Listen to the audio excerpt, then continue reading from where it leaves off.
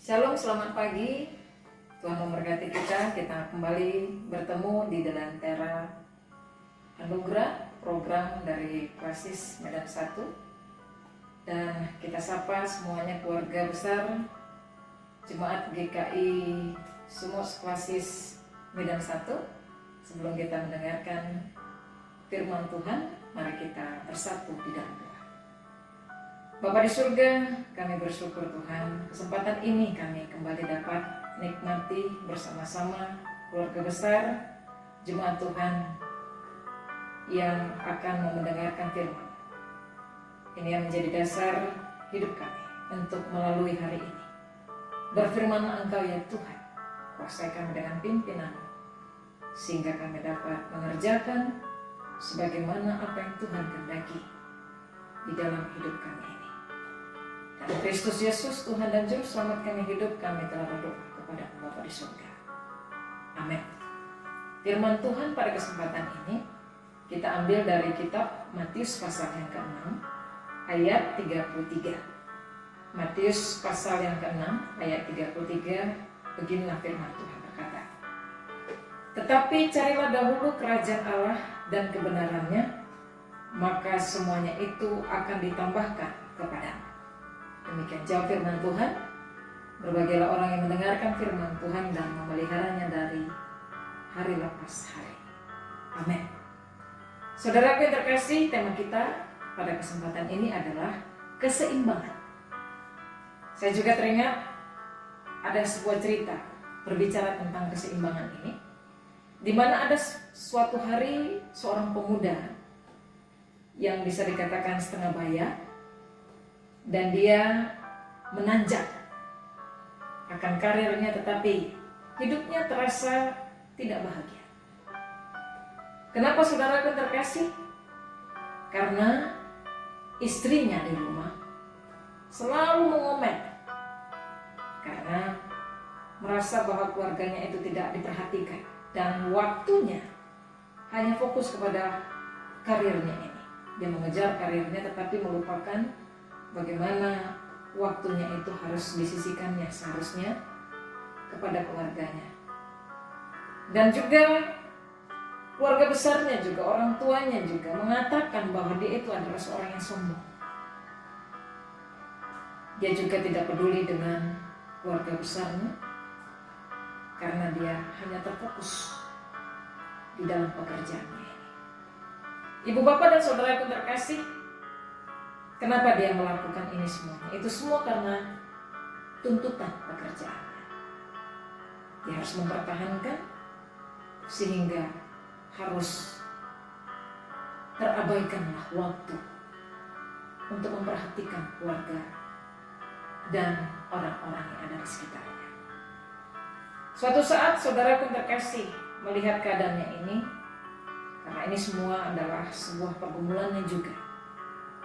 Dia datang pada seorang yang bisa dikatakan petinggi dalam perusahaan itu. Dia langsung mendatangi petinggi perusahaan ini ke rumahnya. Ketika dia tiba di rumah itu, dia begitu terpukau, Bapak, Ibu dan saudara terkasih, dengan keadaan rumah yang begitu tertata rapi, taman yang indah, dan begitu nyaman. Langsunglah ketika dia berjumpa dengan Bapak ini berkata kepada pemuda ini, "Anak muda, tunggulah dulu di luar. Atau masuklah ke dalam. Kau bisa menikmati suasana yang di rumah ini. Aku sebentar menyelesaikan pekerjaanku yang belum selesai." Lalu si pemuda itu bukan masuk ke dalam atau menunggu di luar, tetapi dia mengikuti si bapak ini.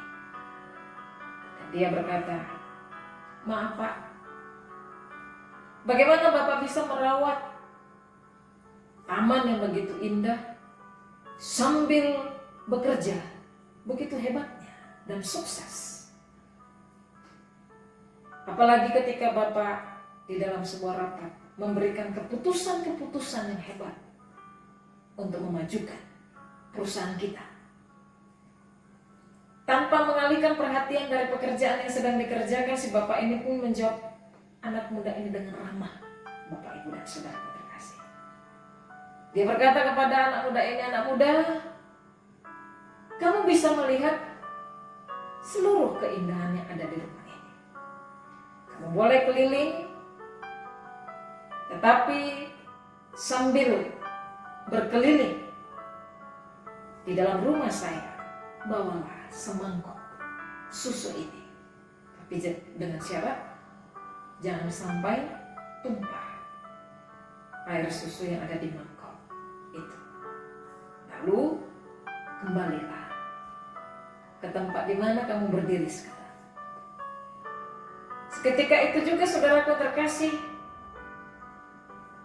anak muda ini dengan senang hati untuk mengerjakan apa yang diperintahkan oleh bapak tadi. Tapi dia tidak seluruhnya untuk menikmati bagaimana suasana yang ada dalam rumah itu. Karena fokusnya itu adalah dengan susu yang ada di mangkok yang dipegangnya itu. Akhirnya dia sampai kembali ke tempat di mana dia berdiri menjumpai bapak itu tadi. Lalu si bapak tadi berkata kepada si pemuda tadi, apa yang kamu lihat ketika kamu berkeliling di rumah saya? Apakah kamu melihat taman yang begitu indah, lukisan yang begitu cantik, atau burung kesayangan saya? Apakah kamu lihat? Dan keramik-keramik yang begitu tersusun dengan rapi. Lalu si pemuda tadi berkata, maaf Pak, saya tidak melihat itu semuanya, karena terfokus kepada susu yang saya bawa di dalam mangkok ini. Pesan bapak tadi bahwa air susu yang ada dalam mangkok ini tidak akan tumpah. Makanya saya terfokus kepada apa yang saya pegang, sehingga itu utuh. Nah, saudara yang terkasih, disinilah si bapak tadi juga mengungkapkan, kembalilah kamu untuk berjalan dan menikmati rumah yang saya tinggali. Lalu dia kembali berjalan lagi. Dia berkeliling akan rumah itu. Tiba-tiba dia tidak terasa bahwa susu yang di mangkok yang dipegangin tadi itu bertumpahan. Dan ketika dia kembali berjumpa dengan si bapak ini, dia bercerita, Pak, luar biasa, saya melihat begitu indahnya taman yang begitu rapi tertata. Burung kesayangan bapak pun saya lihat yang begitu cantik dan indah. Lukisan-lukisan yang begitu warna-warni dan membuat hati terpesona. Dan juga segala banyak ukiran dengan keramik-keramik yang tersusun rapi. Tapi mata bapak ini mengarah kepada mangkok yang dibawa oleh si pemuda tadi, di mana susunya tidak utuh lagi. Dan tanpa sadar dia juga melirik, si pemuda ini juga melirik dengan lirikan bapak itu ke mangkok yang ada, yang dibawanya tadi. Dan itu sudah tidak utuh lagi. Spontan dia meminta maaf. Pak, saya mohon maaf karena mangkok tadi, karena saya sudah menikmati begitu hebatnya yang saya kelilingi di rumah bapak ini. Saya lupa terfokus kepada susu yang saya bawa. Saudaraku yang terkasih, kemudian bapak ini mengangguk dan dia tersenyum. Apa yang dilakukan oleh si pemuda tadi, bapak ini juga memahaminya. Tapi sepanjang itu dia juga mengerahkan bagaimana si pemuda itu untuk mengerti tentang kehidupan. Si bapak ini langsung mengatakan, begitulah hidup. Hidup juga itu harus seimbang. Jika kamu terfokus pada satu arah, sama seperti susu yang ada di mangkok yang kamu bawa itu, maka kamu tidak akan melihat keindahan yang ada di rumah ini. Begitu juga dengan sebaliknya. Ketika kamu menikmati keindahan di rumah ini, tetapi kamu tidak terfokus kepada susu yang ada di mangkok yang kamu pegang itu, maka di situ juga susu tidak akan utuh lagi karena sudah tumpah. Kehidupan ini juga harus seimbang, sehingga semuanya itu dapat berjalan dengan baik. Bagaimana kita bisa membagi waktu untuk pekerjaan, membagi waktu untuk keluarga, semua itu kembali kepada kita. Bagaimana kita membaginya dan memanfaatkannya. Jika kita mampu untuk bisa menyeimbangkan dengan bijak, pastilah hidup kamu itu harmonis. Jadi pemuda itu langsung berkata, terima kasih Pak, sebenarnya inilah yang menjadi pergumulan saya. Tetapi ketika Bapak memberikan nasihat, secara tidak saya duga, saya sudah menemukan jawabannya dan itu melegakan kegelisahan saya selama ini. Saudara yang terkasih, firman Tuhan tadi sudah jelas kita baca dan dengarkan. Tuhan juga berbicara sejalan dengan apa yang kita dengarkan tadi dalam ilustrasi atau cerita tadi. Bahwa Tuhan Yesus mengungkapkan kepada kita, tetapi carilah dahulu kerajaan Allah dan kebenarannya, maka semuanya itu akan ditambahkan kepadamu. Kira-kira apa yang terbersih di dalam kehidupan kita untuk memikirkan, memahami tentang firman Tuhan hari ini? Apakah Tuhan kita ingin agar kita itu berusaha keras? Bagaimana kita itu mendahulukan, lebih mementingkan, lebih meluangkan banyak waktu hanya untuk mencari dan menemukan kerajaan Allah? Sekilas saudara yang terkasih, mungkin kita berkata, ya memang benar, kita harus memprioritaskan, kita harus mendahulukan kerajaan Allah itu. Tetapi apakah Tuhan begitu egois, saudaraku terkasih, sehingga menuntut manusia untuk lebih mendahulukan kerajaan Allah daripada permasalahan dalam dunia ini? Kalau kita menyimak kembali tentang perkataan Tuhan ini dalam firman tadi, kita harus bisa melihat dari kata pertama di awal dan kata yang terakhir.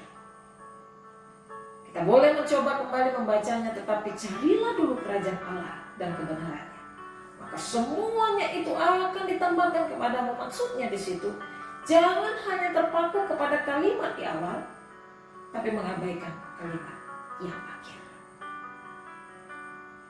Jelas di sini Tuhan kita menunjukkan bagaimana Tuhan akan menyoroti sebuah keseimbangan.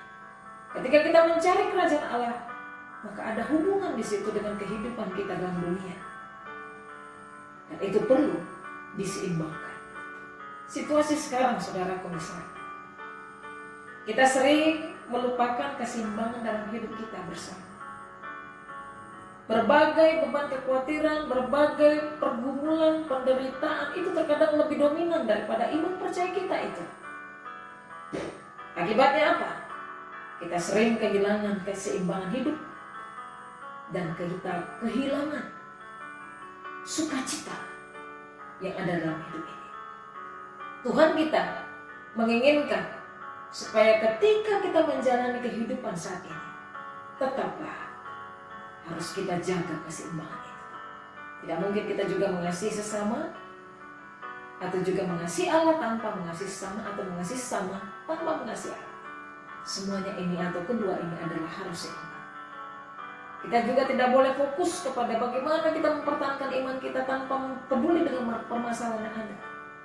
Karena Tuhan juga pernah berkata, iman tanpa perbuatan adalah mati.